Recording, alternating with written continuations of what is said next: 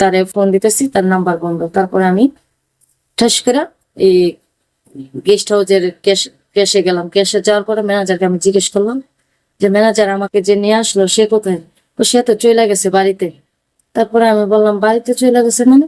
তারপর বলতেছে হ্যাঁ বাড়িতে চলে গেছে, আপনাকে আমাদের এখান থেকে 5 লাখ টাকা নিয়ে গেছে আপনাকে দিয়ে।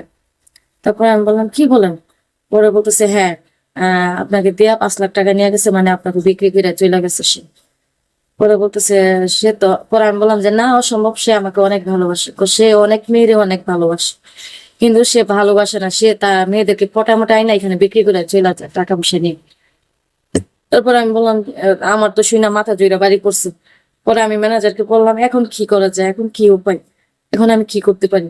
তারপর ম্যানেজার বললো যে একটা উপায় আছে, আপনি যদি 5 লাখ টাকা নিয়ে গেছে তো তো আপনার দিয়ে তো ব্যবসা করা হবে, আমরা অনেক টাকা ইনকাম করতাম, তো আপনি যদি পারেন 10 লাখ টাকা দিয়ে এখান থেকে চলে যাইতে পারেন।